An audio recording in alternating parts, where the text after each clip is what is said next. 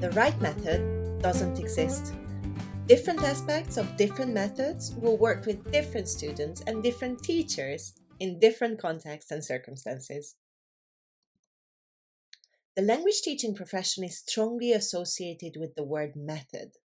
A method is a strict set of rules regarding lesson procedures, what happens in class, materials, activities and input, and techniques, meaning how we react to events in the classroom. It is based on specific beliefs regarding the nature of language, language learning, and language teaching. For example, in the 1800s, people thought that language was the sum of all its grammar rules. Vocabulary was seen as a tool to exemplify grammar rules. Why would you learn words when you can use a dictionary every time? Language learning was more of a mental discipline exercise, mostly learned through translation, which allowed learners to read literally text in their original form. If you studied Latin or Greek in school, this might sound familiar. Then, in the 1900s, people started traveling and they needed to communicate fast. At the same time, psychology was telling us that learning occurs through feedback, positive or negative, similarly to the way you would train a monkey to do something in exchange for a banana. So language teaching became an exercise in imitating the teacher, repeating and memorizing dialogues from audio cassettes, having each and every mistake corrected immediately. Then the industry tipped the other way. Languages are about communication, about expressing meaning, about achieving one's individual objectives. So the strong communicative approach came along, which originally advocated for techniques that force students to communicate. They thought the grammar will be acquired automatically without any need for explicit instruction.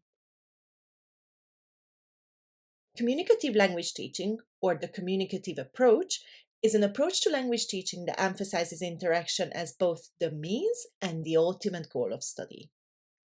According to this approach, learners learn best through genuine interactions with each other and the tutor, based on genuine information gaps. The use of authentic texts is also important, and you will learn more about these later in the course. And of course, it's important that the students use the language both in class and outside of class. However, it's not very easy to come up with a truly communicative task. A task like this should include a real information gap and a communicative aim. Have a look at these two examples. Tell me about your school years. Let's talk about your school years. Can we find three similarities in our experiences?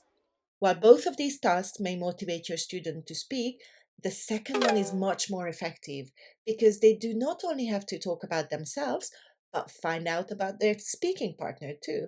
In this case, you, just like in real life. For a long time now, professionals have called for an end of the method era. We know by now that one size doesn't fit all, and there is no one correct method. We often hear students say, "You learn a language by speaking it," or "A teacher needs to correct every mistake," or "I need to learn all the grammar first," for example. Even from this brief introduction, we can already see where these cliches come from and why we ought to be wary of them. Most people might say, "I do what works with the student in front of me." This practice is called principled eclecticism. We are eclectic in our approach, not following one method, but picking and choosing activities, procedures, and techniques from these.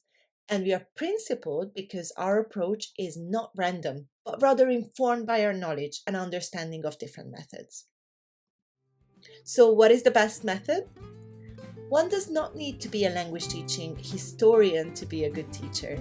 But we hope this introduction served to clarify that as far as the industry is concerned, there is no correct method. Whenever we see a new and innovative method, let's adopt a good dose of skepticism. Happy teaching!